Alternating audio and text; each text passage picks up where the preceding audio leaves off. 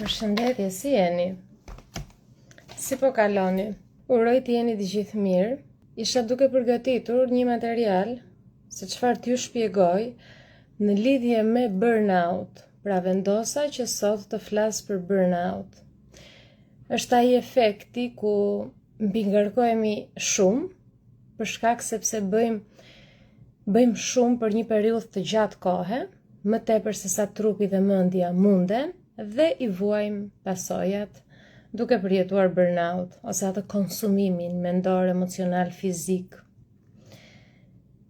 Dhe si mund të rikuperohemi? Këtë do shpjegoj sot. Si mund të rikuperohemi nga një burnout? Tani,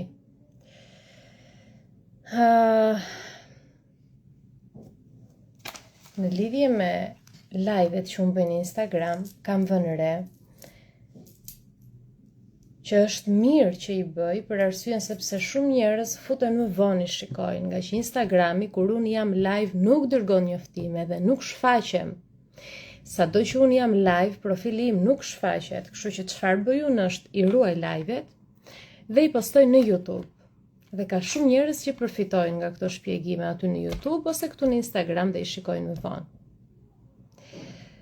Po vazhdoj mende me këtë problemin e algoritmit, që nuk është problem, s'mund ta quajmë problem, por do jetë këto ditë derisa të sistemohen, stabilizohen disi gjërat. Shumë nga personat e cilët janë duke suportuar këtë tranzicionin social, emocional, politik, energjetik këtu në Shqipëri, të gjithë këta kanë arritur të hyjnë me VPN, në mos gaboj po, ndërsa unë përtoja të merresha dje dhe pse gjeta e shkarkova si hap, përtoja që të merresha dhe thasha se s'po merrem fare, po e lë kështu si e kam, por me sa duket do duhet dhe unë që të merrem.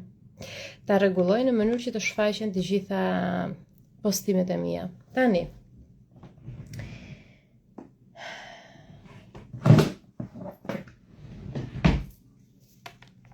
numri i grupeve. Ju si jeni, si po kaloni, si ndjeni sot? Ja më shkruani pak. Si jeni, si ndjeni, qa keni bërë sot, si jeni së ditën, qa do bëni gjatë fundjavës? Ja më shkruani. Bëni ndonjë share, prit bet live i share të vetja? Po bëhet, dërgoja vetes live-in. Vanon shumë, Vënon sepse këtë po më thonin edhe në inbox që ti flet edhe vënon shumë që të vi zëri, vënon shumë që ne të shkruajmë. Provova TikTok-un, provova YouTube-in, aty e kam të bllokuar fare. Tani, ka interes dikush për burnout apo ta mbyllun të ikit pinë kafe? Si thoni, keni interes që të rikuperoheni nga konsumimi mendor, emocional, fizik, energjetik? Se burnout është dhe energjetik. Ka dikush interes?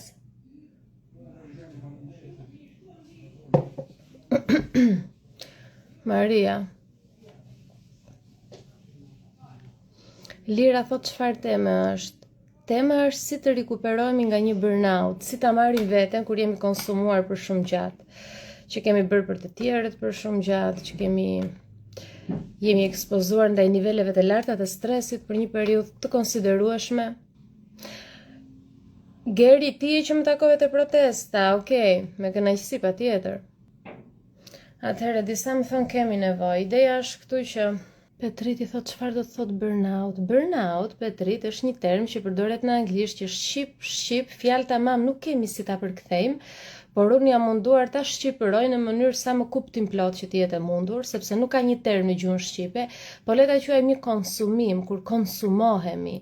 Sepse nuk ka një term, nuk është se dua të bëj unë se interesante, po shumicën e këtyre diplomave që unë kam i kam studiuar në anglisht, nga që në Shqipëri nuk ka një shkollë të mirëfillt për zhvillimin personal apo një universitet. Nuk ekziston ende ose nuk ka një akademi që të nxjerrë profesionistë dhe mentorë, dhe shumicën e diplomave unë i kam bërë në anglisht. Dhe të gjithë këto termat unë i them në anglisht sepse kështu më vjen përmbar dhe nuk di si të shqipëroj. Për shembull, burnout shqip është konsumim, kur ti konsumohesh. Jashtëzakonisht shumë sepse për shumë gjatë e ke lënë veten bazdore, për shumë gjatë je ekspozuar ndaj niveleve të stresit, nuk ka rëndësi burimi i stresit, nuk ka rëndësi nga ka ardhur burimi i stresit, pra ky është burnout. Dhe unë kam përjetuar burnout në aspektin personal, individual, familjar, në rolin tim si nën, në aspektin profesional nuk mund ta quaj, sepse unë po bëj 20% tani asaj që unë mundem dhe kam dëshirë, pra në aspektin profesional, me live, me postime, me grupe trajnime, shumë po bëj 20%. Pra unë mundem të bëj më shumë se kaq dhe unë dua, por është ky aspekti familjar që më detyron që unë të ul atë ritmin. Pra burnout kam përjetuar në këtë aspektin personal, individual, të prindërimit, të familjes. Dhe do shpjegoj tani me detaje se si unë si Jona kam filluar të rikuperohem dhe kam disa muaj që e bëj dhe si kam filluar unë të rikuperoj veten. Që jam e qetë, që filloj të shfaqem më shumë live, që vazhdoj të bëj për veten time, që ju riktheva studimeve, po studioj tani për inteligjencën emocionale. Pra, do i ndaj me ju, por në lidhje me para se të arrim aty, dua t'ju shpjegoj diçka shumë të rëndësishme. Ata që do e ndjekin më vonë këtë video, kemi qenë live në Instagram dhe kjo video do postohet dhe në Instagram dhe në YouTube. Arsyeja që unë e ruaj këtë video dhe të gjitha shpjegimet që bëj live është sepse kemi pas probleme me algoritmin e Instagramit si shkak i protestave që po bëhen në Shqipëri, se ndoshta dhe nuk e dini, nga që mediat janë të shitura, të shtypura, influencerat po ua bllokojnë algoritmin, një ndërtoj jam dhe unë që po ma bllokojnë algoritmin, kështu që duhet ta dini që po bëhet një shtypje shumë e madhe masive e zërit e të drejtës dhe një ndër ato që e ka kap lapsi jam dhe unë. Pra janë munduar të ma ulin algoritmin, por unë nuk do heq dorë, pavarësisht se mund të jemi 20 apo me 40 veta në live, në krahasim me 400 apo me 500 persona që hyjnë zakonisht në live-et e mi, çfarë do bëj unë është që do vazhdoj sërish të bëj live deri sa unë ta ndiej me zemër që dua të bëj. Dhe ju do e shikoni më vonë këtë video të ruajtur në YouTube ose në Instagram, por ne kemi qenë live më përpara. Këtë duhet t'ju shpjegoj dhe ta dini. Pra do shpjegoj me detaje. Unë kam organizuar 10 pika. Pra 10 këshilla, 10 ndryshime që gjithë secili mund të bëjë në përditshmëri, të ketë parasysh që të rikuperohet nga një burnout ose jo detyrimisht nga burnout, ju që ende nuk keni shkuar në atë pikë që jeni konsumuar aq shumë, se si ta parandaloni, mos ta lejoni veten që të përjetoni një burnout. Sot dua t'ju njoftoj gjithashtu që fillojnë uljet e çmimeve deri në fund të korrikut. Unë s'kam bërë ndonjëherë kaq shumë ulje çmimi, por për këtë arsye, sepse jam shumë e frymëzuar nga protesta që po ndodh nga rinia, jam shumë e frymëzuar që të jap me gjithë zemër për popullin tim dhe ata që vërtet e meritojnë, se ka ca që janë akoma aty te ajo vetë dije që ju duhet pak kohë të hapin zemrën dhe mendjen për të marrë dhe për të dhënë dashuri, por ata që e kanë hap zemrën dhe mendjen, që presin të marrin dashuri dhe japin dashuri, unë kam vendosur që sot deri në fund të këtij muaji të lançoj të gjitha paketat e librave.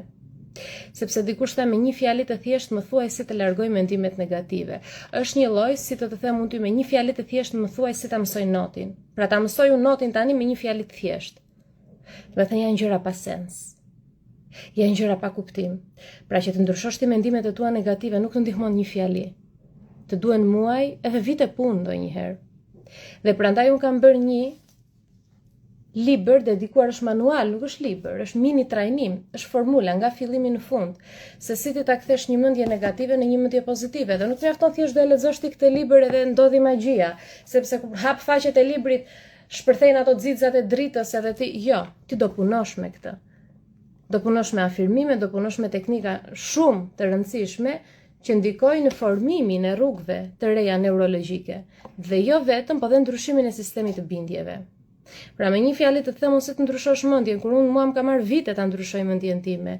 Më ka marr vite që të studioj se si të ndryshoj mendjen e të tjerëve. Më ka marr muaj se si ta shkruaj dhe ta botoj këtë libër. Dhe të ta them ty me një fjali është pas sens dhe pa kuptim. Sado që ti tani thua, ja, s'ma tha dhe kjo, po normale. Në jetë, kur e do diçka shumë, që vërtet të shijoj, dhe që vërtet ta vësh në punë, diçka duhet japësh.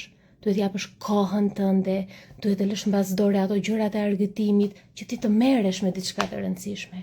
Sepse ata njerëz që kanë ndryshuar mendjen, që kanë një mendje pozitive, ata njerëz që kanë arritur gjërat në jetën e tyre, nuk i kanë arritur me fjali Instagrami, se i ka thënë dikush një fjali, është punë me veten, punë e pastër me veten. Dikush thotë unë kudo që vete e marr me vete, Gjeni, faleminderit për vlerësimin. Është manual, është libër i vogël, në krahasim me librat e tjerë, që të kuptoni pak. Ky është manual, ky merret në çantë, për këtë arsye bëra kaq libër të vogël dhe manual, sepse ka jashtëzakonisht shumë ushtrime efektive dhe afirmime për të gjitha çështjet që ne njerëzve na shqetësojnë më shumë. Tani nuk dua të flas për detajet e secilit libër, sepse dhe të dua ta bëj unë nuk kam kohë. Dua të shpjegoj atë temën për burnout, kështu që si të rikuperohemi, por sot dua vetëm t'ju prezantoj me paketat. Do i postoj sot paketat, as me ato nuk do harxoj kohë në live.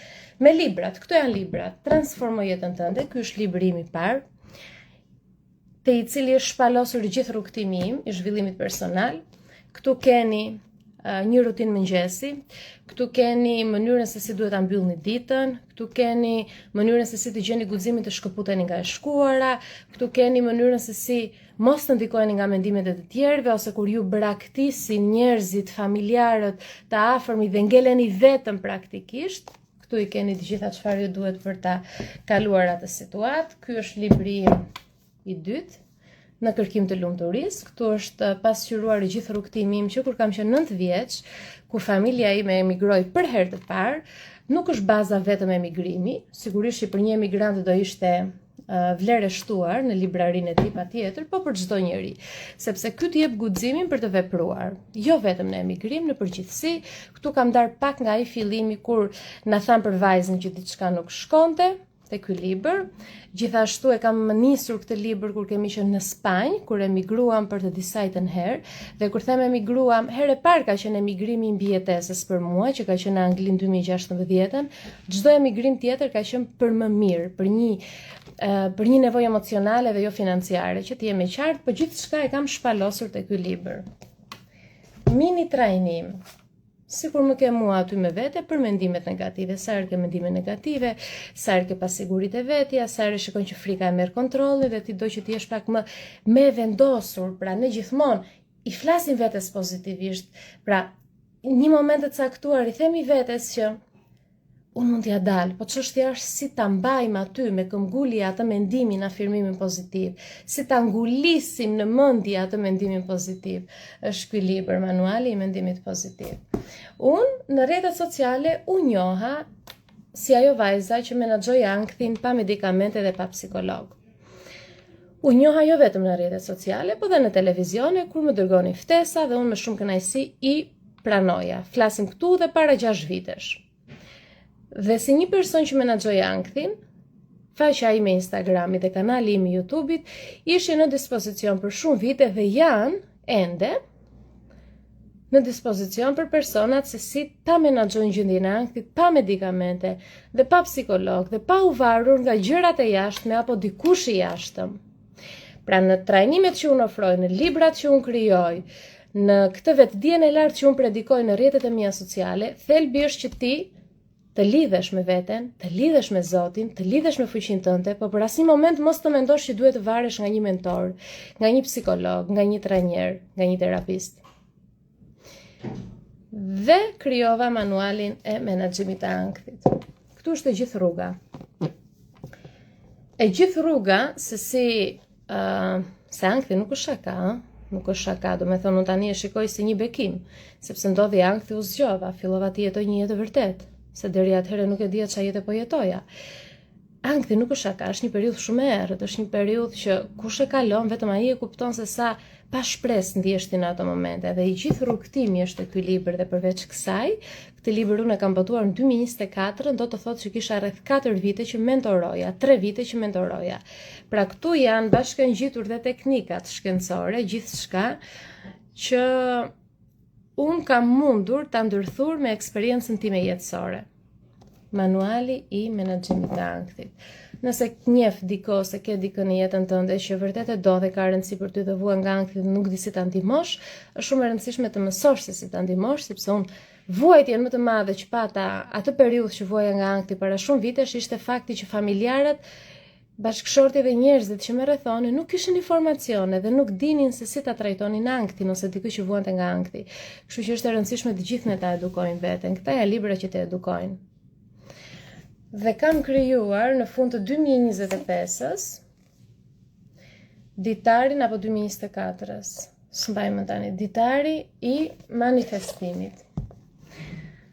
Ditari i manifestimit është një ditar jo i zakonshëm, nuk është i zakonshëm, nuk është një ditar që ne shkruajmë dhe kam pas dhe një ditar të tillë, po mbaruan të gjitha kopjet. Në fakt kemi një muaj që kemi ngel pa kopje, ditari i rrugtimit magjik.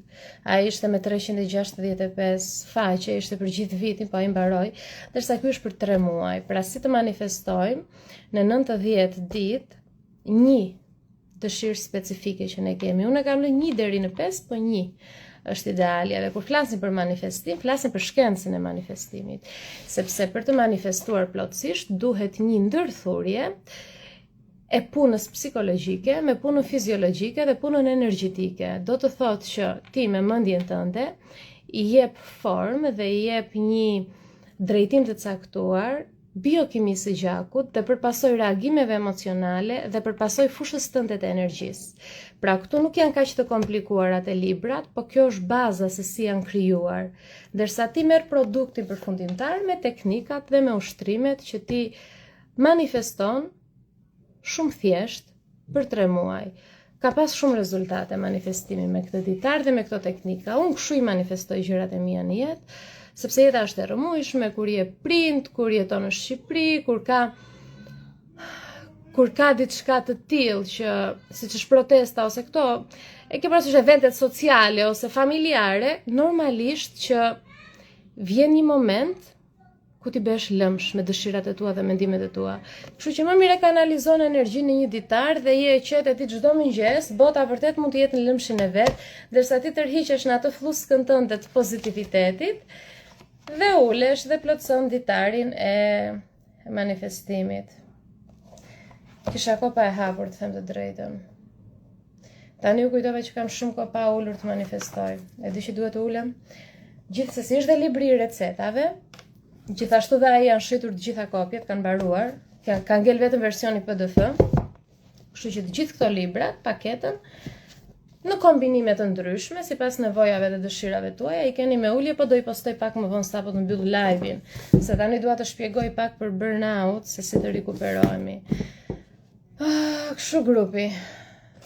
Këto janë për libra, kështu që deri në fund të korrikut keni mundësi të merrni me ulje, sidomos ata që janë emigrantë dhe që vinë tani për protestën ose për pushime, edhe kanë mundësi. Tani fillojmë me shpjegimin, fillojmë. E thash dhe një herë për të gjithë ju që e ndiqni më vonë në Instagram dhe në YouTube këtë video, arsye që po e ruaj është sepse algoritmi e kam bllokuar, se normalisht jemi në komunizëm dhe kur jemi në komunizëm mundohemi që ta shtypim zërin dhe të drejtën dhe të vërtetën, duke ju mbyllur gojën njerëzve, por normalisht nuk i mbyll dot gojën njeriu të drejtë, që me të drejtën e Zotit çon zërin për gjërat e veta. Kështu që më duket pak pa sens një njeriu, një biznesi, sepse unë jam biznes, kam nipt, edhe kam vite që paguaj, kam qenë 2022 që paguaj detyrime dhe gjithçka, këtij shteti, këtu në shtetin tim.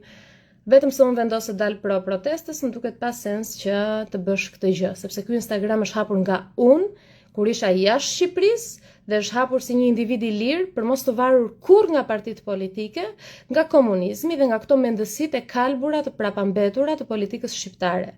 Por për mua nuk ka problem, sepse më shtojnë inatin dhe më bëjnë që unë të punoj më fort dhe të jem aty në shesh dhe të brohoras më shumë dhe të bëj më shumë njerëz blok, nga ata të cilët bien kundër kësaj gjëje, po çfarë doni ju më? As doni të shkoni në Europë?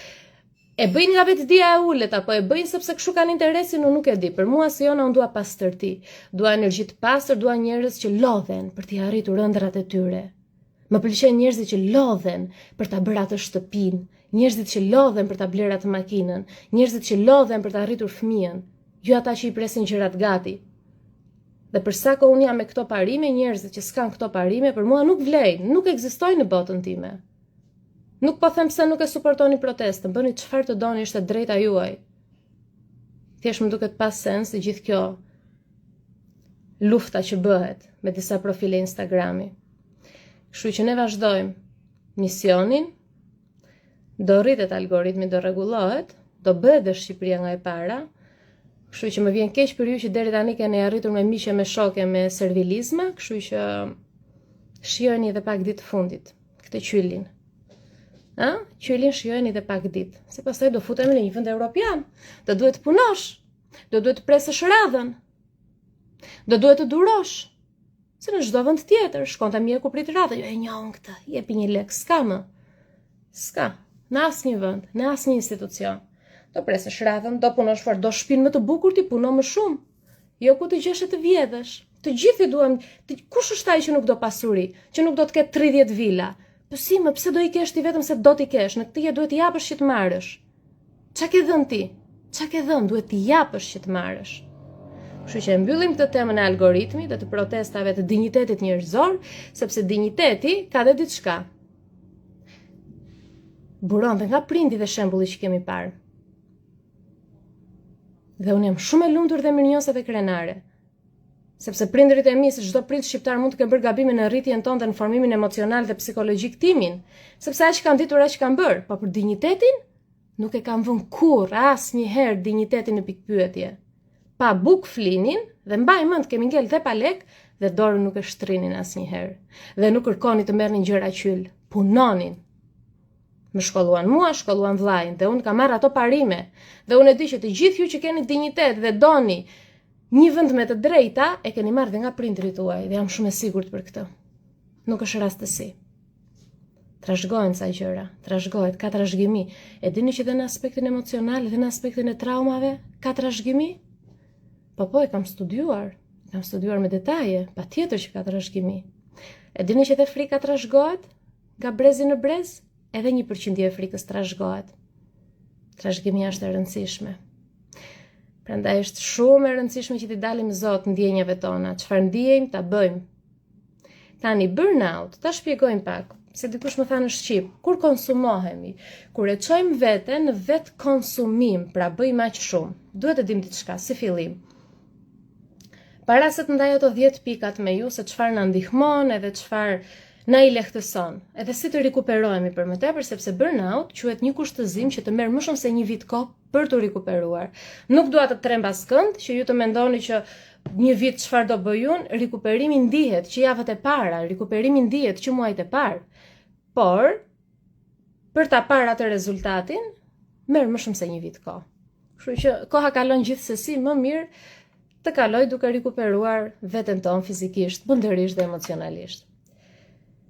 Flasim pak për mentoren tuaj. Pse unë përjetova burnout? Në vitin 2020, shkurtimisht sepse nuk dua të marr shumë kohë, por në vitin 2020 unë punoja në një dyqan dhe shisja akullore në periferi të Vjenës. Kishim disa muaj që kishim emigruar në Vjenë. Emigruam në Vjenë. Unë kam edhe një shtetësi, nën shtetësi europiane, prandaj them që unë jetën e kam të siguruar dhe nëse kam interesat personale nuk dal fare ka ai shesh, por kur është dinjiteti normal që do dalësh. Dhe duke qenë unë me nën shtetësi europiane, mu desh që të punoja dhe duaj unë të punoja që bashkëshorti im që nuk ka nën shtetësi europiane të marri dokumentat dhe të ketë leje pune që të punoj dhe ai. Dhe isha e detyruar të punoja unë. Shumë nga ju që kanë në shtetësi europiane e din këtë si funksionon, domethënë kjo gjëja. Dhe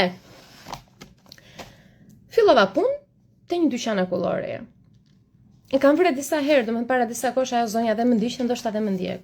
Respekt për të, pavarësisht mënyrës se si ajo sillej, ndoshta aq kishte për të dhënë dhe aq jepte. Unë kisha punuar punë nga më të ndryshmet. Që në fëmirin time. Prandaj them lexojeni librat që janë shumë të bukur, kam darë shumë nga eksperienca ime, nga jeta ime, nga shkuara.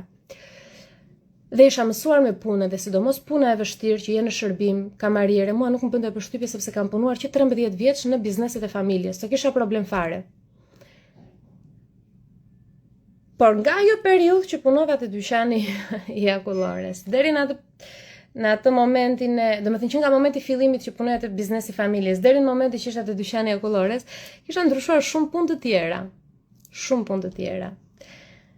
Kisha punuar me 3 turne, bëja turnin e 3 në një qendër operatore taksish që në mëngjes të shkoja në fakultet.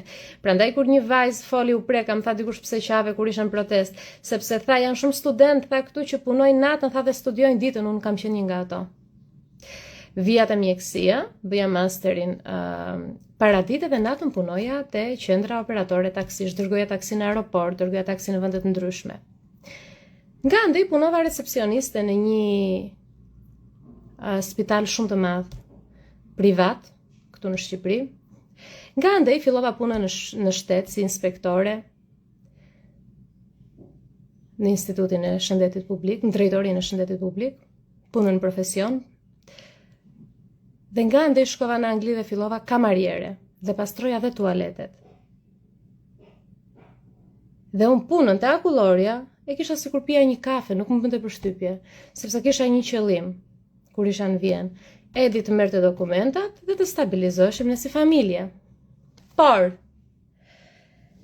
unë vija nga Anglia, sepse para se të shkoja në Vjenë kisha qenë në Angli, dhe në Angli, jo shqiptarët, por anglezët ose personat që kanë një farë vetëdije, nuk të trajtojnë kështu, hec aty, bëj atë, bëj këtë, domethënë kanë një farë respekti, kanë të paktën mua kështu më ka rastisë, mund të jetë dhe kundërta, po mua së jona deri në atë moment kjo më kishte rastisur.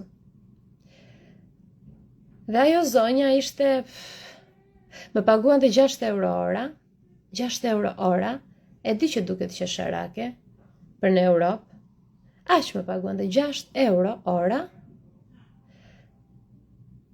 Dhe që më kujtet më vjen për të qeshur. Dhe kur binte shi më thoshte mos hajde në punë, se nuk shiten shumë akullore. Dhe një ditë unë isha duke çuar një porosi një klienti, diçka e tillë që s'ishte fare puna ime, punoja kamariere të çajan tavolin në thjesht shisja akullore. Ndërkohë me master në mjekësi, shisja akullore jashtë shtetit, prandaj dhe dal dhe protestoi, u shtua edhe një gjë tjetër, që ta kuptoni pse. Dini sa ka si unë në master në mjekësi dhe dalin edhe shërbejnë edhe janë kamariera në përbot? Nëse. Dhe kjo zonja hec aty tha ku ishe, folën një mënyrë shumë të ashpër. Se ndoshta dhe më ndjek, me gjithë respektin, çfarë respektin, po. Ajo atë jetë kishte të komplikuar, po mënyra se si u shpreh atëherë ishte shumë. Se ajo se dinte me kë kishte bënte, mendonte rami nga limiti. Një gocë kjo, e ke parasysh, ka një fëmijë të vogël e ka nevojën. Po unë edhe pa bukë të jem, pa ushqim që bukën se konsideroj, edhe po ta kem nevojën, dinjitetin tim, unë kur nuk e vë në kështu negociata, asnjëherë kur. E duroj urin, unë e quaj fasting, s'më bën përshtypje asgjë. Ajo se dinte, dhe unë atë ditë, vetë kontrolli, akoma se kisha bërë punën me veten, atë ditë, isha gati t'ja thyja atë banaku me gjitha akullore çka kishte nga mënyra ashpër se si foli, dhe ç'a bëra, që mos të reagoja, kuptohet, se akoma nuk isha kjo që jam, që të kisha punuar me veten e kështu, jo. Ula te shkallët, sepse s'kish klient, dhe a pretendonte që kur nuk ishte klient, unë të rria në këmbë kështu te banaku si manikin, ula te shkallët aty, se as karrige nuk na vinte. Ula te shkallët, po rria dhe i tha shumë po iki në shtëpi. Donte edhe 1 orë gjysmë të mbaronte turni. Ngeli kështu po nuk i fola, e lasha të përparsen aty, as mirupafshim nuk i thash dhe ika. Ka qenë 5 qershor, 2020. Dhe unë shkoj në shtëpi te Edi dhe i them. Jo, qa ke tha Edi, se je pak si e heshtur, qa ndodhi? I them, kjo është dita e fundit në këtë jetë që unë punoj për dikë tjetër. E kuptova që vetdia ime kishte arritur aty sa nuk lejoja dot unë të më tregonte tjetri mua sa shpejt të punoja, si të punoja, ose të më trajtonte sikur unë bëja hile, kur unë të vërtet jam njeriu më i drejtë dhe më i sinqert në punën që bëj. Sepse bëj për vete, nuk e bëj për ty, që më ke marrë në punë. Dhe i thash është hera e fundit që unë punoj. Po ta kishe shtyr dhe një javë, tha Edi se s'ka dal karta, i thash nëse unë shkoj nesër, nuk të premtoj nëse do ja thyej banakun me gjitha akullore, me gjithë çka ka aty. E pa Edi që isha ngarkuar, tha jo lëre. Të nesër më erdhi karta në shtëpi. Erdhi karta. Kështu që unë lash punën, edhe dokumenti Edit erdhi dhe filloi Edi të punonte. Dhe ajo ka qenë dita e fundit në jetën time që unë punova për dikë tjetër, që do punoj ndonjëherë për dikë tjetër në këtë jetë.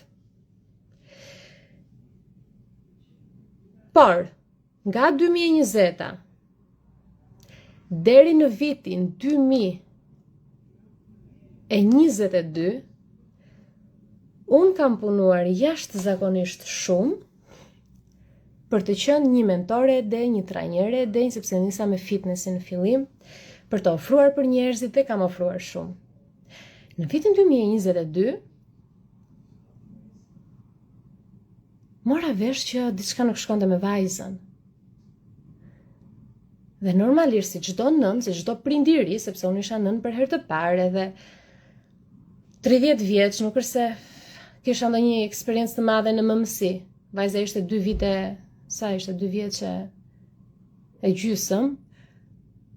2 vite e gjysmë kisha që isha nën, nuk është se kisha ndonjë eksperiencë, apo plus unë s'kam qenë nga ato nënat, e them, nuk është se jam nga ato nënat me shumë merak ekstrem, ose jam nën protektive, jam nën intuitive, e do me thënë, nëse vajza nuk është mirë, më del gjumi dhe shikoj që pas ka temperaturë, do me thënë jam edhe në gjumë funksionoj për ta mbrojt vajzën, por nuk jam nga ato nënat, ose gu mami të shpirti mami të...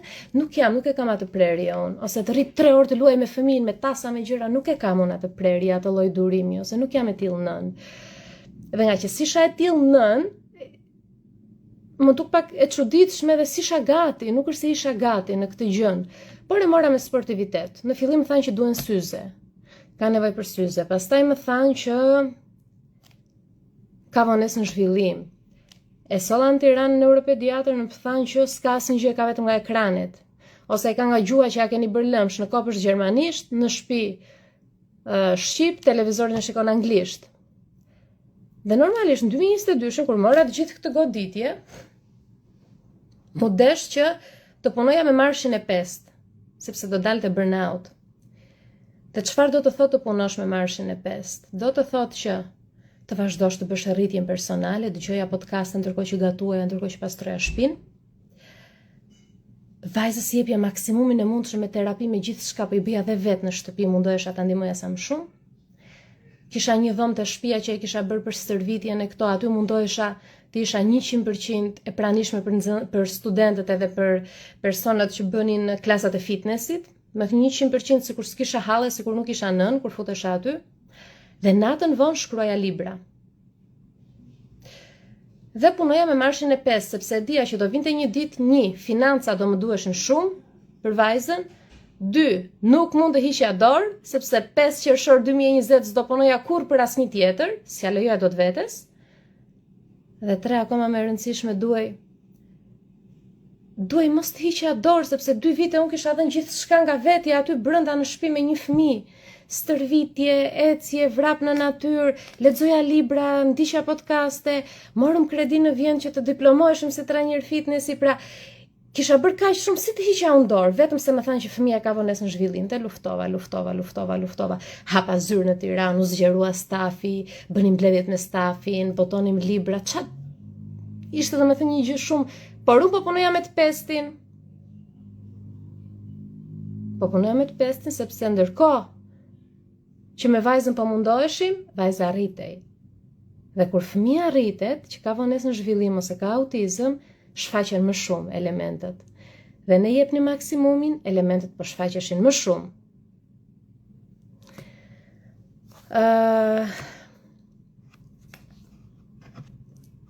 Më kujtohet një ditë në fakt, kur vajza pati një shpërthim,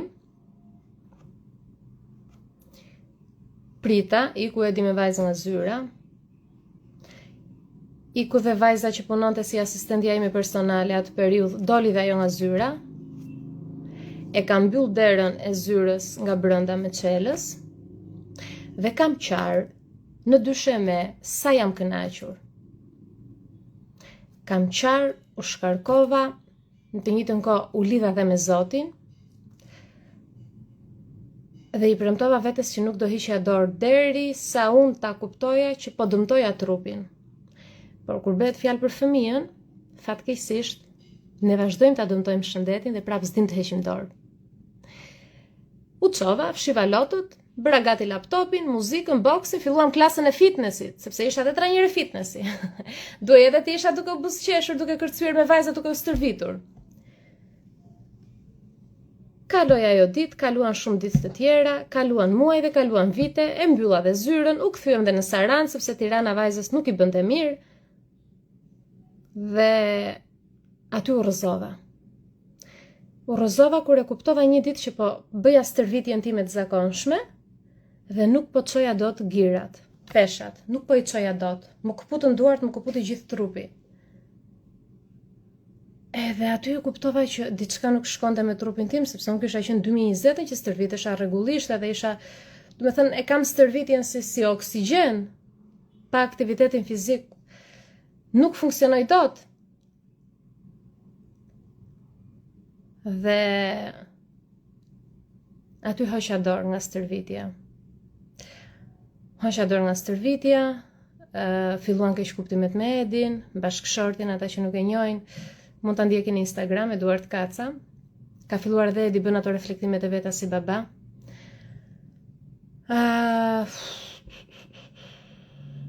Aty e kuptova që nuk doja të shkruaja më libra. Kam 2 libra, i kam lënë gjysmë. Këto ka ndodhur më fund të 2024-s, fillimi 2025-s, për ata që po përpiqen të bëjnë atë lidhjen e kohës.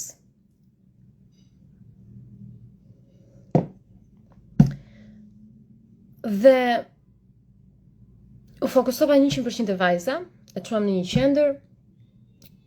Ajo qendra pas ka qenë, e keni parasysh Ramën që thotë se të shkoni ju në BE pa mua? Ajo thoshte sipas saj ajo ishte perëndia që fëmijët tanë s'kishin të ardhur pa atë. Një njerëz skizofrenik, narcistik, probleme identiteti, personaliteti, ka një qendër aty në Sarandë. Edhe e çuam vajzën aty, na rëndoi më shumë. Na rëndoi më shumë nga shpenzimet një herë, sepse ta jepte me përcaktim 2 orë në ditë terapi, 2 orë në ditë. Dhe nga mënyra se si e trajtonte, sepse ne e pam që vajza nuk ishte përmirësim. Dhe unë, si Jona, mentore, rrallova çdo gjë. E bëja trajnimin për te limiteve një herë në 4 muaj. E bëja trajnimin për të menaxhuar ankth një herë në 3 muaj. I rrallova, nuk arrija t'i përballoja dot më në nivel energjie, sepse unë trajnimet unë i bëj me shpirt. Ata që janë studentët e mi e din shumë mirë. Nëse unë futem aty në Zoom duke kërcyer me muzikë me ju, e bëj sepse ma ndihen shpirti dhe po kënaqem një lloj sa ju. Nuk di t'i bëj trajnimet e shtirur. Dhe i rrallova, thash më mirë t'i bëjnë ato muaj që unë kam mbledh forca dhe energjinë t'i bëj siç duhet, se sa t'i bëj thjesht për të marrur 2 lekë edhe për ta ulur të gjithë këtë, sepse unë kisha krijuar një reputacion për veten time. Dhe nuk mund të arrëzoja në tokë, nuk mund të isha një më shumë, një njeri më shumë, si gjithë të tjerët që i bëjnë gjërat për interesin vetjak. I rrallova. Dhe isha fokusuar 100% e vajza. Fillova të merresha me vajzën, e hoqëm nga ajo terapi, sikur na u hapën dyert, fillova të bëja një detoks shumë të ashpër, ajo na ndihmoi jashtëzakonisht shumë për metalet e rënda e gjithçka tjetër. Jemi duke bërë atë PDF-n për ju që po pyesni, jemi duke përgatitur një dokument PDF për të gjithë prindërit që kanë të njëjtin problem, pa merak, që të keni mundësi ta shkarkoni edhe të informoni për rrugtimin që ndoqëm ne. Erdhi fundi 2025-s, fillova dhe palestër në Sarandë, fillova palestrën, shkoja çdo ditë, hoqa disa kilogram, u tonifikua trupi. U mundova, gjithmonë luftoja, por gjithmonë kam qenë në burnout, gjithmonë kam qenë atë mbi stimulim, sepse dua t'ju shpjegoj diçka, të dini diçka, sepse ka shumë prindër që janë të mbi ngarkuar. Me ju prindrit e kam sidomos. Nuk dua ta fajsoni veten për asnjë moment. Që kur hap syt në mëngjes ti si prind, ti edhe në gjumë, edhe kur i mbyll syt, ti mendon për fëmijën tënd. Ti je mbi stimuluar duke menduar për fëmijën tënd. Dhe aq më tepër ata që kanë një problem me fëmijën. Nuk është shaka kjo. Nuk është shaka.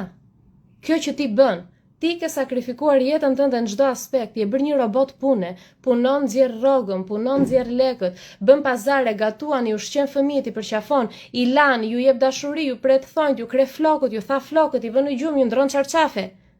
Je kthyer në një robot, patjetër që do përjetosh burnout. Po patjetër që do përjetosh burnout, Sepse ti je njeri, ti je njeri me mishe kocka, me emocione, me nevoja, ti nuk je robot. Edhe një robot, ma beso, ti jepje këtë detyrë që bën ti, një nën apo një baba, do ngecej, nuk do funksiononte. Dërsa ne funksionojmë. Atëherë, jo në kam shkruar 3 komente deri tani, ti nis dhe nuk i shoh që vine, kam më fajin. Eva o dritë të përqafoj dhe jam e lumtur që je këtu. Eva është një nga zonjat që kam pas në trajnime, e cila nuk kurset asnjëherë për të më dërguar vlerësime, por nuk e keti fajin Eva, sepse Instagrami mua më ka deklaruar njëri të rrezikshëm, edhe nuk lejon që Instagrami im edhe algoritmi të heci siç duhet të eci. Kështu që shumë komente më vinë dhe shumë mesazhe më vinë dhe më vjen shumë keq që ju mundoheni shkruani dhe nuk vinë komentet, sepse ka problemin Instagrami, nuk e keni problemin ju. Ju dua shumë, faleminderit, e vlerësoj shumë gjithë dashurinë që më jepni. Kështu që për ju si prindër, qëndrojmë aty te ajo që ka shumë rëndësi. Është too much, është jeta shumë e shpejtë, është bërë, sepse shiko ç'a ndodh me ne brezin ton. Ç'a ndodh me ne brezin ton, sepse unë kur kam bërë këto reflektime, e kam kuptuar dhe nxorra këto 10 pika të cilat i praktikoj. Dhe do i ndaj tani me ju të gjitha. Unë e kuptova që jeta që ne jetojmë është bërë e tillë që ne si prindër, nëse ti bëhesh me fëmijë dhe ti je prind, duhet ta harrosh jetën tënde dhe veten tënde. Kështu është ka ardhur jeta e tillë.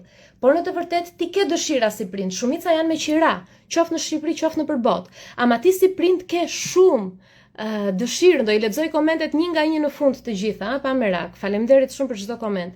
Ti si prind ke dëshirën të kesh një shtëpi tënde, thua ku ti rris fëmijët e mi ose të kaloj vetë moshën e pensionit, apo ke dëshirë ta kesh. Dhe është normale, është e drejta jote. Ti si prind ke dëshirë të kesh disa kursime, dhe është normale, është e drejta jote. Ti si prind do që fëmijën tënd ta çosh me pushime, është normale, është e drejta jote. Ti si prind do vetë rish 5 minuta të pish kafen e qetë, është normale, e drejta jote, po si bën dot të gjitha. Sepse ka ardhur jeta e tillë. Por unë kuptova që disa gjëra ne ja komplikojmë vetes son. 1.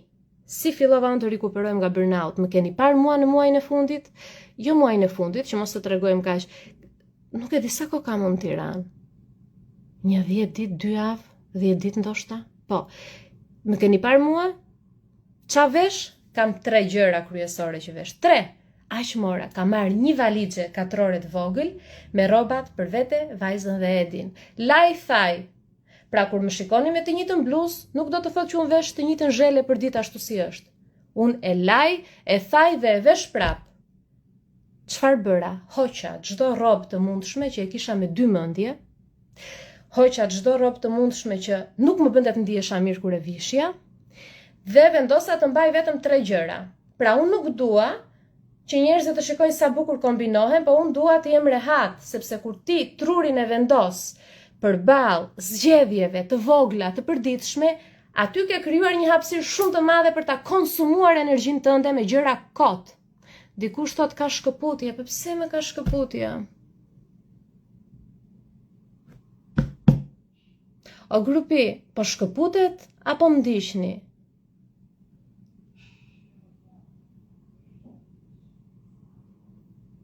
E dira ma unë si janë fut ndonjëherë në manifestim për ty o vlla, po unë do ta bëj një manifestim që ti ta këpusush qafën, se ka menduar ndonjëherë që duhet të bëj manifestim për ty. Po të futem të bëj një meditim për të, pastaj këput qafën. Po, më ka ndërprerje, po më ndërpresin. Dikush thot mirë, dikush të ndjekim, dikush thot ka shumë ndërprerje. Vazhdimisht thot ka ndërprerje, po pse më vazhdimisht më unë?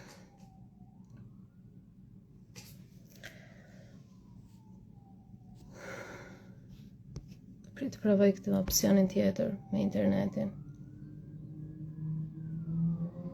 Do bëjmë një meditim. Okej. E ndrova internetin se mendova mos është më mirë kështu, se di tani. Shkëputesh ndonjëherë, ka ndërprerje. Tani më thonë është mirë, tani është mirë, okej. Të vazhdojmë domethënë, okej, faleminderit. Okej. Pra rrobat, për mua nuk ka rëndësi se si do më shikoni ju sa bukur kombinohet. zgjedhjet e përditshme që të vendosun ç'a vesha dje, unë vesha këtë, sa video kam bërë unë me këtë bluzë, jo, s'ka problem. Rëndësi ka që unë vjerë e mirë, rëndësi ka që unë jam e pastër, rëndësi ka që bëj dush 2 herë në ditë, se shqyr zotit nga protesta tani do bëjmë dhe në darkë dhe në mëngjes. E rrobat i laj, shqyr zotit lavatrisë që ka atë procesin 1 orë, e fut aty edhe dele pastër e gjysmë e thatë, behar është thajt për 2 minuta, e lan dhe me dorë, së shfundi botës. Pra, rëndësi ka që unë të kem 3 gjëra dhe unë e di çfarë do vesh. Prandaj në protest edhe në Instagram këto kom do më shikoni me të njëjtat rroba. Po mua kjo më ka heq stresin, më ka eliminuar stresin. Kam 2 fustane, një për të dalë dhe një për plazh, kur vemi notojmë aty në lumë. Kam një palë pantallona të gjata se më serioze ose kur bëj marshimin jam e qetë. Një palë pantallona të shkurtra dhe 2 bluza dhe një këmish. Kaq më, kaq. 2 kombinime, del njeriu i qetë, do vras mendjen në që në mëngjes, si u kombinova, unë ç'a bëra, unë si duke mund, ç'a video bëra me këtë. Pra rrobat, numri 1, mua më ka qetësuar shumë, kur nuk më duhet të zgjedh lecka. Jeta është shumë e shkurtër që ta kalojmë duke luftuar për lecka. 1 rrobat, hiqe, heqin vizën. Mundo të mbash 2-3 gjëra bazike, 2-3 bluza të bardha, gjëra të thjeshta. Kjo ta eliminon shumë atë pjesën e stresit, të burnout, ndihmon të rikuperosh në shtëpi. Kam eliminuar sende dhe gjëra, gjithçka që mua më jepte atë ndjesinë e mbi ngarkesës. Pra sistemi ynë nervor. Momenti kur ne kemi shumë rrëmuj, shumë sende, shumë rraqe, rangulla, shumë gjëra, qofte edhe lodrat e fëmijëve, lodrat e vajzës, mua më hipin tensioni kur I shikoj të shpërndaran për shtëpi. Unë çfarë bëj, eliminoj të gjitha. I kam hequr ato që nuk shërbejnë, I kam fut në një cep dollapi ato që nuk më japin ndjesit mirë kur I shikoj edhe mund të më shërbejnë në një stin tjetër në dimër, për shembull ato që mbajnë qiri, gjëra të tilla. Dhe unë I eliminoj sendet dhe gjërat të cilat nuk më hyjnë në punë. E dua sa më bosh, një komodinë e dua bosh, ambientin e dua bosh, vetëm një divan, një tavolinë. Kjo gjë më ka ndihmuar shumë të më japi qetësinë në sistemin tim nervor, por mbi të gjitha nuk më merr kohë që unë të marr vendime, nuk më merr kohë që unë të sistemoj dhe të pastroj. 2 sendet u zhdukën. Tjetër, programi dhe agenda. Programi im është shumë bazik dhe I thjeshtë. Pavarësisht se më duhet ta kem një program, edhe pse nuk do doja fare të kisha program, do doja të sqohesha në mëngjes, edhe të bëja çfarë të më tekej. Por më duhet një program, normalisht se kam detyrime, thash kam një biznes, kam një fëmijë me autizëm, kam shumë sfida të mia. Dhe kam dhe shumë ëndra se s'na lënë dhe ëndrat. Edhe dëshirat që kemi. Çfarë bëj unë programin e mbaj shumë të thjeshtë. Pra mundohem ta kem një program dhe nuk lë hapësirë për gjëra të papritura. Një telefonat do e pim një kafe, do shkojmë aty, do bëjmë këto gjëra mua më japin stres. Këto gjëra për një njeri që ka kaluar burnout edhe një njeri që ka qenë mbi stimulim të vazhdueshëm nga puna e fëmijës, normalisht nuk mund të krijoj hapësira dhe nuk mund ta përballoj mirë, nuk jam kaq elastike unë, mendërisht dhe emocionalisht sa të përballoj tekat e dikujt tjetër, apo qofte edhe dëshirën që të jetë me mua dikush tjetër të pimi kafe. Kështu që nuk lë hapësirë në programin tim, madje as nuk I marr në konsiderat fare këto kërkesa. 0. Pra programi është shumë I thjeshtë dhe shumë bazik. Do mundohem që të bëj unë si nëna që sa mundem, pjesën tjetër për vajzën e ka babai, të 2 do I ndajmë gjërat patjetër, sepse nuk ka kuptim njëri të përjetoj burnout, e tjetri të thotë në darkë, po çka ke ti që je me nerva? Nuk ka kuptim. Do bëhemi të 2 me nerva nëse do bëhemi, ose do jemi të 2 të lumtur nëse do jemi. Kjo është shumë e rëndësishme që t'i ndani përgjegjësitë. Pra, programi është shumë I thjeshtë, edhe për biznesin bëj shumë pak në krahasim me sa bëja më parë. Pra bëj shumë pak. Për shembull, do bëj këtë live-in sot, do bëj edhe një postim dhe kaq, nuk riu me telefon në dorë, të bëj non-stop rregullime, editime për nesër, ç'a do ndodhi. Përpiqem që të jem pak më e përqendruar tani në moment, sepse nëse ti agjendën e mbush me 2 milion gjëra, vazhdon të jesh në mbi ngarkesë. Tjetër, mbi ngarkesa mendore dhe fizike. Mbi ngarkesa fizike është kur ti thua, sot do bëj palestër, po do bëj dhe ecje, po do bëj dhe not, po do shkoj dhe aty, po do bëj dhe këtë. Këto janë gjëra që ti si përballon dot, trupi yt nuk I përballon dot. Mbi ngarkesa mentale është kur ti je ulur në divan dhe thua, pastaj do të çojmë, do lajene, do vëleva stovilin, do vëleva gjërat që duhet I bësh rri dhe I thua me mendje, aty ulur ku je. Kjo është mbi ngarkesë mentale, nervore, shumë e madhe, që ty nuk të bën mirë dhe të çon në burnout. Pra shumë e rëndësishme që ti kur I bën gjërat çau dhe lajenët, mbarove, pipa ujë, çfarë do bëja tjetër? Pra mundohu ti bësh gjërat, energjia që prodhohet te ty, të shpenzohet në ato momente për t'i bërë konkretisht gjërat, jo të shpenzohet për t'i mbi menduar se si do i bësh ti në mendjen tënde gjërat. Nuk e di sa e qartë jam. Pra kjo mbi ngarkesa mentale, fizike, mundohu ta eliminosh. Vepro në moment, prezente në moment. Nëse lanenët, lanenët. Nëse vë lavatriçën, nëse gatuan, mundohu jo 2-3 gjëra një herësh. Marrëdhëniet, eventet sociale. Unë ja bërë njeriu më jo social. Pse? Nuk shkojnë për ditëlindje në për festa. Në fillim edhe më ftonin, tani ka filluar dhe nuk më ftojnë, sepse gjithmonë them jo, dhe nuk pendohem që them jo, sepse jam shumë e qetë. Në kushtet që unë jam, dhe do e shpjegoj, jo sepse nuk i dua njerëzit, ja do ta shpjegoj pse them jo. Në kushtet që unë jam, kam tentuar të them po, jam përfshirë në eventet sociale, por është shumë e vështirë. I bie që vajzës t'i prish rehatin, i bie që vetën ta fut në një siklet të panevojshëm, sepse në fund të fundit ndryshojnë edhe aktivitetet që t'i japin kënaqësi në jetë. Pra kur je prindi një fëmijë me autizëm, të ndryshojnë gjërat që ty t'i japin kënaqësi. Mua më jep kënaqësi të mblesh në paqe, me veten time rehat aty, me një kafe në dorë, mbyll syt, meditoj. Apo dhe të më zëj gjumi, din që sa kam pirë kafe njërë më ka zënë gjumi, aq shumë burnout kam qenë, aq shumë e konsumuar kam qenë. Kjo më jep kënaqësi. Nëse ti më fton në ditëlindje edhe 100 të bëhesh, nëse më fton në dasmën tënde u trashëgofsh, po nuk më jep më mua kënaqësi dhe nuk do të thotë që ka diçka të gabuar te të tjerët apo te unë. Janë faza të ndryshme të jetës. Për 5 vite nga sot ndoshta do jem e para që do marr vallen aty në dasëm, nuk kam gata di. Tani momentalisht do jap trupit tim dhe shpirtit tim atë që ka nevojë. Pra këto eventet sociale mundohu të shmangësh kur vërtet i ke me sforcim dhe nuk t'i japin kënaqësi. Marrëdhëniet gjithashtu, se e kam bërë marrëdhëniet dhe eventet, marrëdhëniet me njerëzit. Atëherë dikush thotë nuk më erdhi njoftim që hyre live. Nuk vjen, ju lutem, mos ma kujtoni më. Mos ma kujtoni. Ma keni mbush inboxin, Jona, nuk dalin videot, Jona, s'dalin postimet, Jona, kur do bësh ofertat, Jona. Mos ma kujtoni më, nuk kam qa bëj, s'kam asgjë në dorë. Kjo që bëj unë kaq kam në dorë. Të dal live pavarësisht se Instagrami ma ka bllokuar algoritmi, do dal dhe do e bëj deri në fund. Dje kam qenë gjithë natën live te protesta deri në fund, në orën 11. Kështu që nuk kam qa bëj. Nuk kam qa bëj. Emoji nuk çoj dot të përqafoj. S'ka problem, do rregullojë Instagrami, do rregullojnë të gjitha, mos e vrisni mendjen. Kështu që marrëdhëniet janë disa njerëz që t'japin këshilla, për shembull, e zën ti e peshk edhe thon që të mësosh të ngjitesh në pemë, do bësh këtë gjë. Do ngjitesh në pemë në këtë lloj mënyre. Ti e peshk, ti s'ke ndërmend të shkosh të ngjitesh në pemë. Pra janë disa persona që t'japin disa këshilla pa bazë që nuk të hyjnë në punë. Dhe është shumë e rëndësishme që këto marrëdhënie me këta njerëz ti eliminosh, sepse të thithin energjinë, të marrin energjinë dhe të s'merr asgjë nga këta, të stresojnë më shumë, të shpërqendrojnë. Iku dhe marrëdhëniet. Fitnessi. Kur ti je në një periudhë burnout, do e shpjegoj këtë sepse ja shpjegoj çdo studenti që kam te trajnimi për të menaxhuar ankthin dhe emocionet.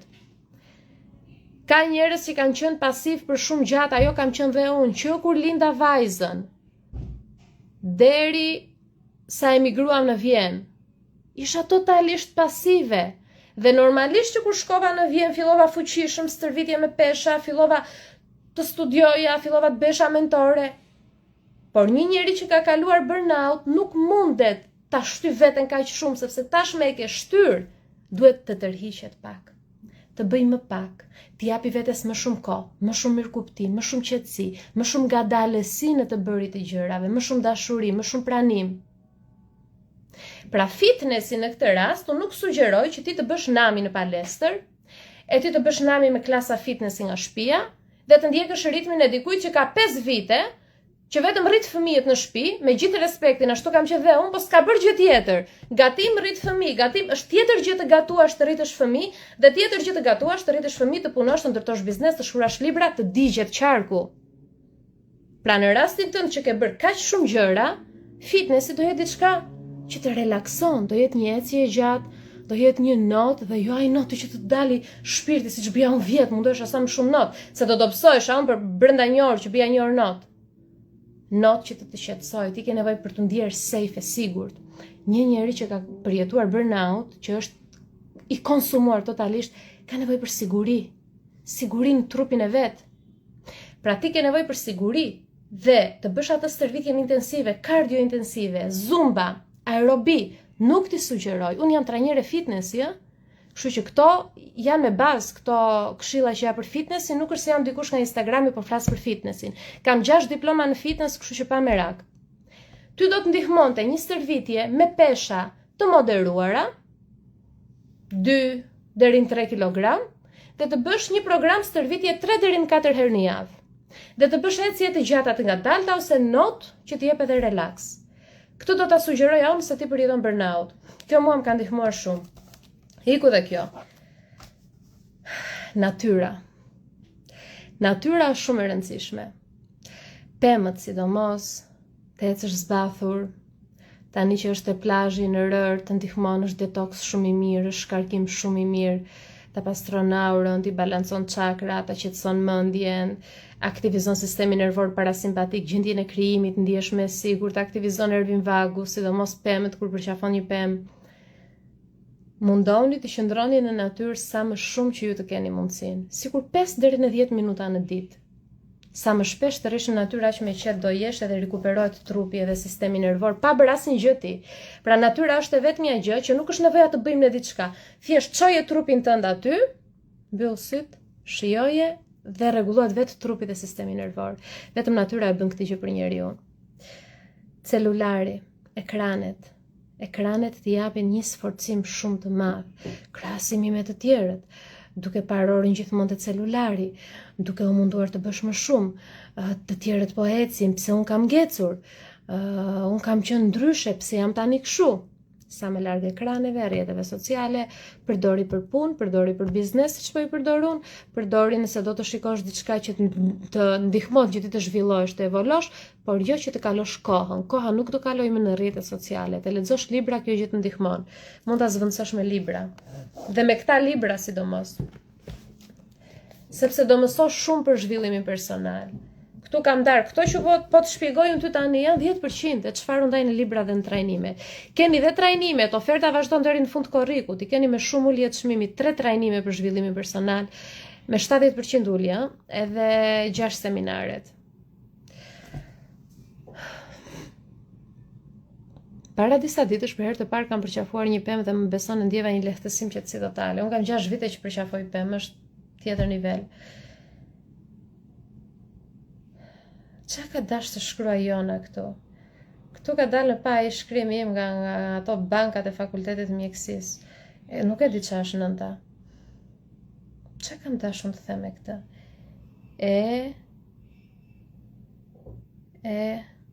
Ekranet! E zeza. Ekranet. Doja të thoja këtë gjë për ekranet. Nëse keni punën që lidhet me ekranet, çfarë do ju sugjeroja që të bëni është kjo. Her pas here të bëni një shkëputje nga ekranet duke parë diku larg në natyrë. Pse? Mendova se u qërrova para ca kohësh. Punoja shumë gjatë me ekrane dhe pastaj kur isha në rrugë dhe çka një targ makine deri këtu më nuk po e shquaja dot targën, më spedalloja dot. I thash Edit, mirë të gjitha, i thash burnout e këto po ngela dhe qorri, i thash më falë për ata që mbajnë sy se s'ka ndonjë gjë, them si shprehje kështu. Me lanë syt, i thash, me lanë o burr. 36 vjeç me lanë syt. Jo, tha Edi, ke nga ekranet, nuk e besova. Fillova të bëja këtë praktikën. e ulja ekranin e laptopit dhe shikoja detin, sa punoja te balkoni. Shikoja detin, vazhdoja punoja prapë, vura re që më përmirësua shikimi. Pra, ekranet japin një mbingarkesë të panevojshme, dhe mundohu që nëse e ke punën me ekrane, siç e kam dhe unë, që nuk kemi çfarë bëjmë, mundohu që të paktën në çfarë kore 20 minuta ta bësh një shkëputje. Kjo është e rëndësishme. 10 mbingarkesa e zoti madhmor. Më falni pak sa të shquaj unë këtu çka kam bërë me shkrimin tim. Tani e besoj Edin, kur i shkruaj në një listë në një gjë dhe nuk e kupton, të i thejon, ti bën kot sikur se kupton, se shkrimim kuptohet. Bi ngarkesa e fëmijëve. Na i bëni hau. Bi ngarkesa e fëmijëve. Çka ka të bëjmë bi ngarkesa e fëmijëve se jemi prindër? Kur bëhet fjalë për konsumimin tënd njerëzor, një ndikim shumë të madh e kanë dhe fëmijët. Fëmijët janë dritë, janë dashuri, e dim që janë instikte njerëzore këto, edhe instikte kafshërore, dhe është ajo lidhja hormonale që, domethënë, çdo krijesë dhe çdo kafshë jep jetën për fëmijën. E dim që është ai prodhimi i oksitocinës kur shikon fëmijën tënd për herë të parë, prek fëmijën tënd dhe të gjitha këto. Por ndonjëherë fëmijët, ata qurrashit e vegjël që ne japim jetën për ta, na i bëjnë shumë të vështirë për ditëshmërinë.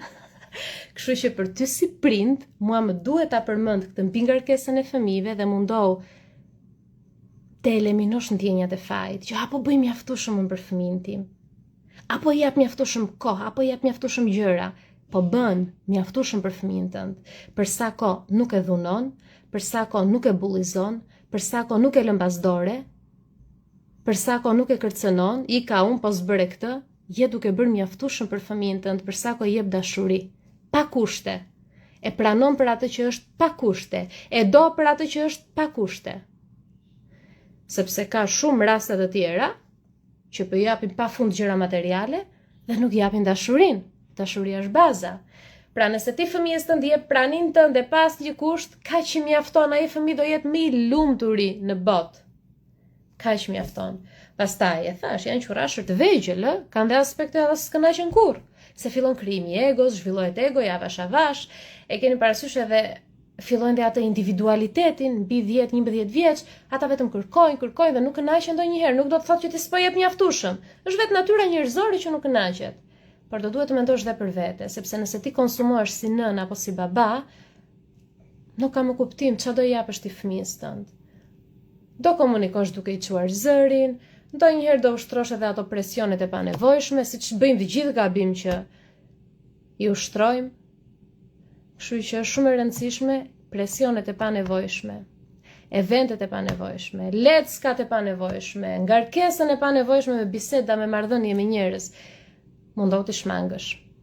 Dhe ta premtoj që kjo gjendja që ti po kalon burnout do rikuperohet më shpejt se sa mendon ti. Kaq ishte leksioni për sot. U kënaqet? U kënaqet shumë. Dhe faleminderit për të gjitha komentet, tani do i lexoj.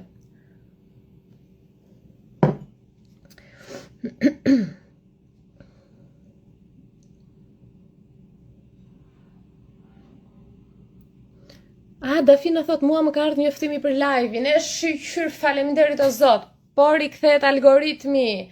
I ka vajt një person i njoftim që unë jam live, por i kthehet algoritmi. Teuta thot, mua nuk më vjen kur je live. Ka vajt e një, ja kështu nesër të 2 do rikthehemi Teuta.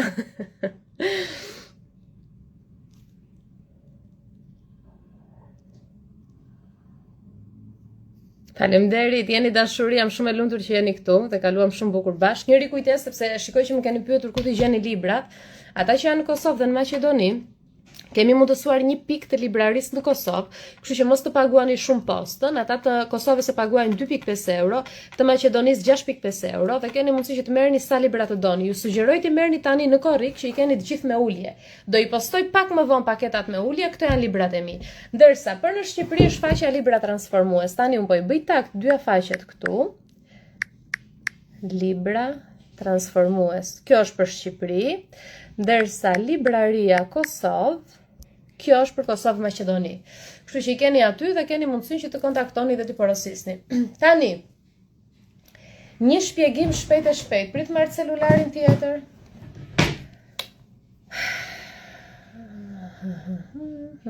Një shpjegim shpejt e shpejt sepse do i bëj reels. Mario, djali që merret me rregullimin e videove, do t'i bëj ai reels të gjitha këto nga që më dërgoni pyetje në privat, po s'ka mundësi të bëj video dedikuar këtyre, sepse jemi prapë sot te protesta. Artila thot, sa bukur fletojnë aty të bën të ndihesh e kuptuar dhe e mbrojtur. Faleminderit për diçka që bën për ne. Ky është qëllimi. Ky është qëllimi që të ndiheni që është dikush aty për ju, sepse unë se kam ndjerë ndonjëherë këtë gjë, pra kur flisja për ndjenjat e mia të çuditshme, ama mos bëj kështu, ama po jemi nuk bëj kështu, thjesht janë ndjenjat e mia, unë kështu ndihem, pse duhet unë të shmangem. Dhe kur fillova të flisja hapur ndjenjat e mia dhe kur fillova të vendosja limite dhe ju thash të gjithëve që unë nuk bëj dot më për ju siç kam bërë më parë, sepse unë jam vetë duke kaluar goxha sfida emocionale, kam problemet me fëmijën, kam biznesin, kam shumë gjëra. Aty njerëzit e kuptuan që qenë ka serioze çështja dhe mu larguan, jo sa më suportuan, po nuk dua suportun, se suportin jap vetes, të paktën të më largohen, mos të më japin stres, dhe mu larguan, kështu që jam e qetë. Prandaj për ju un jam këtu me këto shpjegime që mos të ndiheni dhe ju se që jam ndjerun vetëm. Tani, ja ku është postimi, sepse shumë më thon ku më shkoj. Shumë më thon nuk shfaqet. Ja ku është. Ky këtu. Postimi që un kam bërë dhe e kam bërë për korrektet, që para 3 ditësh, unë e kam postuar që para 3 ditësh, dhe ju më thoni kur do fillojnë uljet, kanë 3 ditë që kanë filluar. Pra uljet kanë 3 ditë dhe këtu thot deri në 9 korrik, jo, deri në 31 korrik. Gjithë korrikun do i lë uljet e trajnimeve, gjithë korrikun do lë edhe paketat e librave, me ulje, panajirin. Tani, çfarë do shpjegoj unë për këto, tani të bëjmë pak serioze se do bëhet reels kjo pjesa, kështu që të jem sa më kështu serioze për shpjegimin. Zhvillo potencialin tënd. Kjo është një ofertë për zhvillimin personal që përfshin 3 trajnime me nivelin fillestar, mesatar dhe të avancuar të zhvillimit personal dhe 6 seminare. Seminaret janë gjithë përfshirëse, duke nisur nga shëndeti mendor, duke vazhduar me shërimin e traumave, duke vazhduar me rritjen e vetbesimit, me prindërimin e vetëdijshëm, me biznesin, karrierën, financat e migrimin, duke vazhduar se si të shkruajmë një libër hap pas hapi, dhe ka 6 seminare. Brenda seminareve keni vetëm ata që do marrin paketën, keni një kupon 20% ulje për trajnimin për te limiteve njerëzor dhe për trajnimin për të menaxhuar anktin, por brenda seminareve vetëm ata që do marrin seminaret. Gjithashtu, keni hipnoza dhe vizualizime të bëra live, i keni brenda këtyre seminareve dhe këtyre trajnimeve. Ndërsa trajnimet janë niveli fillestar, ti shfletojmë pak shkurtimisht, ka të bëjë me zhvillimin personal, çfarë është zhvillimi personal, si ta organizojmë rrugtimin e zhvillimit personal për një njerëz që s'ka bërë ndonjëherë zhvillim personal ose dikush që e ka bërë në mënyrë sipërfaqësore, nuk është se ish futur çështjes së zhvillimit personal në mënyrë profesionale, sepse të gjitha trajnimet dhe seminarët janë profesionale. Është ndërthurur eksperienca ime jetësore, por dhe eksperienca ime 6 vjeçare në mentorim. 5 fazat në të cilat kalon ndryshimi i imazhit që ti ke për veten dhe ndryshimi i vetes, pse mendojmë negativisht, baza e mendje dhe mendimeve negative dhe e riprogramimit të mendjes, kalojmë te niveli mesatar ose niveli 2, siç e quaj unë, që të ndihmon se si të menaxhosh një shpërthim emocional, një rritje të vetbesimit, si të thuash jo, si të pranosh veten, do të thënë, pamje të parë këto duken gjëra bazike. Dhe praktikisht çdo njeri duhet të jetë psikologu i vetes, duhet të jetë dhe është e ka aftësinë. Pra aftësia jonë është që ne të jemi psikologu i vetes. Problemi është që jemi rritur me kaq shumë trauma komplekse dhe me kaq shumë neglizhencë emocionale nga modelet më të rritura që ne na kanë udhëhequr në jetë, prindër, mësuese kështu me radhë, pra ne jemi rritur duke operuar në mekanizma mbijetese, sa ne kemi harruar se si ta suportojmë veten. Dhe kemi bërë të kundërtën, e kemi luftuar dhe luftojmë veten. Praktikisht ne jemi armiku i vetes son. Ne edhe kur biem në heshtje, ne nuk rrim dot rehat, diçka na bezdis brenda vetes. Po jeta është shumë e shkurtër që ti ta kalosh në luftë me veten. Dikush tha se ndiqen trajnimet dhe seminaret ke akses të përjetshëm. Janë të gjitha të ruajtura te websajti jonaacademy.com, është sajti ku janë të gjitha trajnimet, të gjitha seminaret, dhe keni mundësi që të ndiqni që në momentin që ju bëni regjistrimin praktikisht pagesën me 70% ulje. Momenti që bën pagesën, unë të hap një llogari në website me passwordin tënd, gjithçka, ti dërgojmë, ti hyn dhe i ke për gjithë jetën trajnimet aty. Website-i sigurisht është një skuadër IT që unë i falenderoj ata edhe publikisht gjithmonë se po bëjnë një punë fantastike me website-in, që në 2022 që e kanë hap, ata e mirëmbajnë, vazhdojnë ta mirëmbajnë. Çdo muaj, patjetër që paguhen, se njëri falas nuk ta bën, i paguhet çdo muaj që ata ta mirëmbajnë website-in. Çfarë do të thotë? Që mos të vidhen të dhënat e studentëve, që mos të vidhet website-i, se 1-2-3 herë kanë tentuar mos të fshihen të dhënat, mos të vidhen trajnimet e kështu me radhë. Pra, website-i mirëmbahet dhe përsa ko ai website mirëmbahet dhe është funksional, ti këto trajnime i ke të tuat, nuk ka afat që mbarojnë. I përsërit sa herë të duash ti. Dhe kam 3 ditë që e kam për postimin dhe nuk e di pse nuk ju shfaqet njerëzve. Se di pse. Kam 3 ditë që e kam postuar. Kështu që këto janë, tani, t'ju flas pak se si janë çmimet. Qëndrojmë pak të çmimet. 6 trajnime dhe 3 seminare, çmimi normal është 727 euro. Unë përmend çmime se s'ka ndonjë gjë komplekse tani.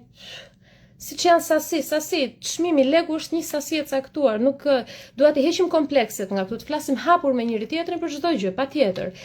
200 euro i kam lënë, 6 seminaret dhe 3 trajnimet. 6 seminare, se cili seminar është 55 euro, një seminar. 2 trajnimet niveli fillestar mesatar 99 euro, niveli avancuar është 199. Në total 200 euro të gjitha këto. I ke aty të studiosh gjatë verës të kënaqesh.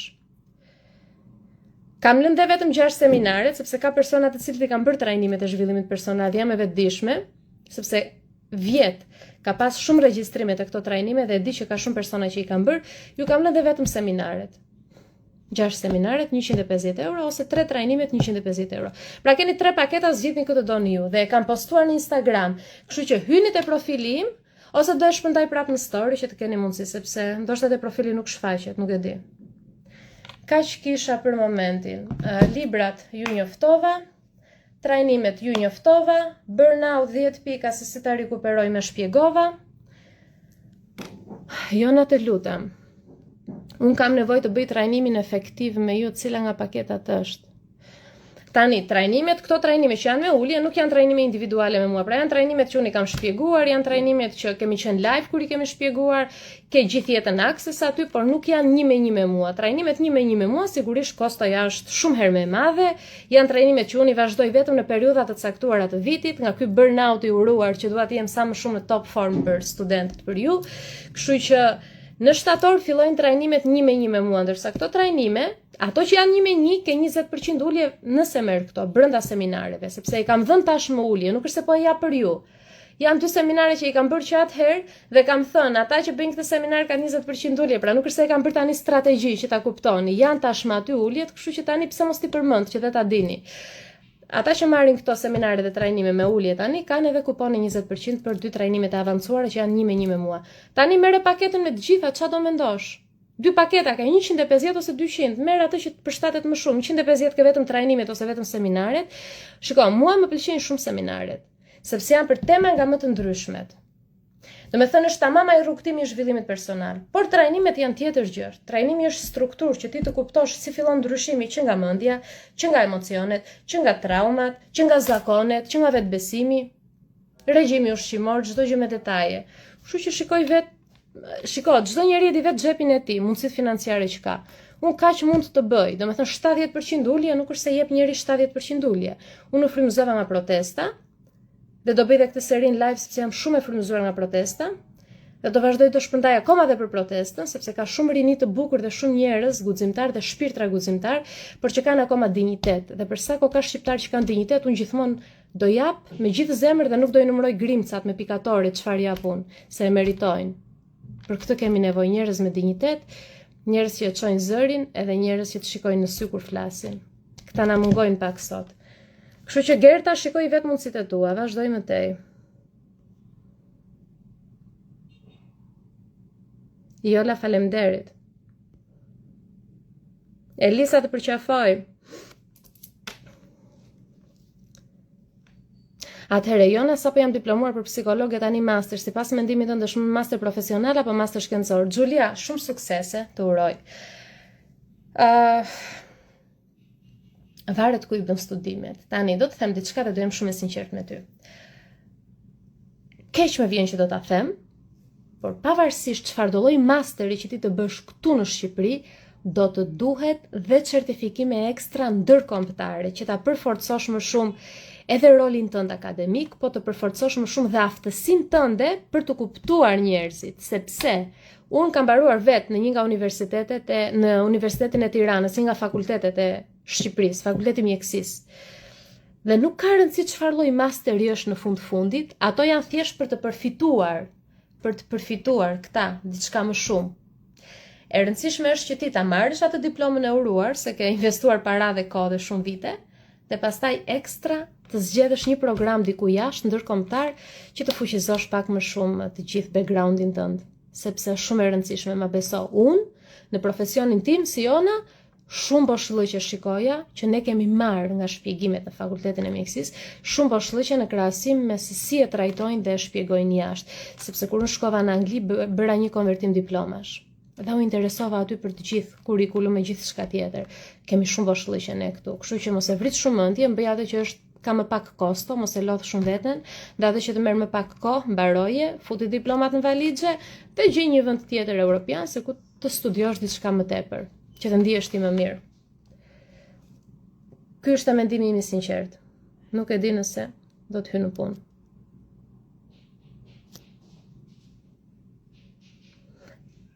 Okej.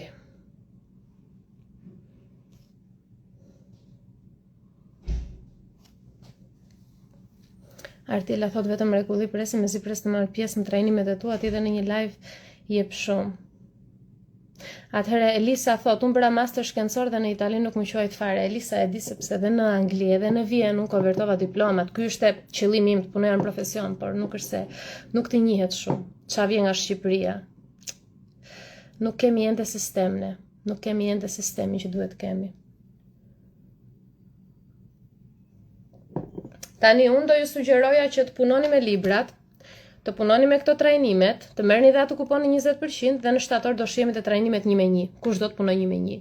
Sigurisht, se dikush më tha do jesh ti live te këto trajnime, sigurisht që çdo gjë ka një kosto, paguhet koha, paguhet energjia, paguhet njeriu, paguhet gjithçka. Edhe unë do doja shumë për shembull të isha, nuk e di, 1 me 1 me një mentor, s'po më vjen asnjë në mendje tani, ndonjë të huaj.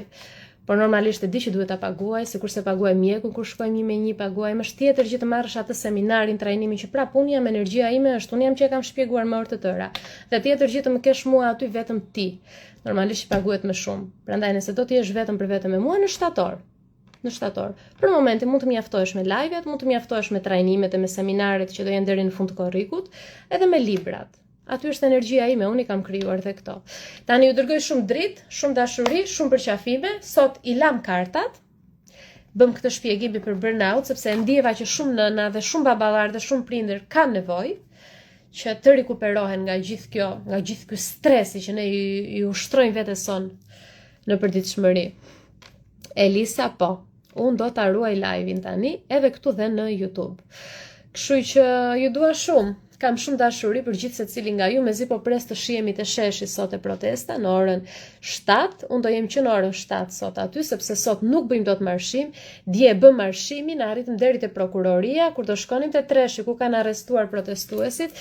Aty pastaj na shkruajti mamaja e Edit që vajza nuk po rrinte më po qante dhe kisha frikë mos e kapte si panik. Kështu që kemi 18 minuta nga Mine Peza deri te shesh te korpusi. 18 minuta, I kam këmbët cop sot. Nga nxitimi, kështu që nuk e bëjmë atë gabim, edhe vajzën nuk dua ta lë vetëm, po edhe për veten time u torturova, thash do ngelem këtu rrugëve duke vrapuar. Kështu që do shkojmë në orën 7, do jemi aty për gjithë protestën kur të filloj marshimin e do ikim. Kështu që kur të jeni te protesta, hajdeni më përqafoni, deri tani kam përqafuar dhe kam takuar o 6 o 7 nga ju, që keni ardhur dhe më keni takuar, 6 ose 7, përfshirë dhe student këtu. Kalofshi sa më mirë, ditë të bekuar, edhe do shihemi. Bye.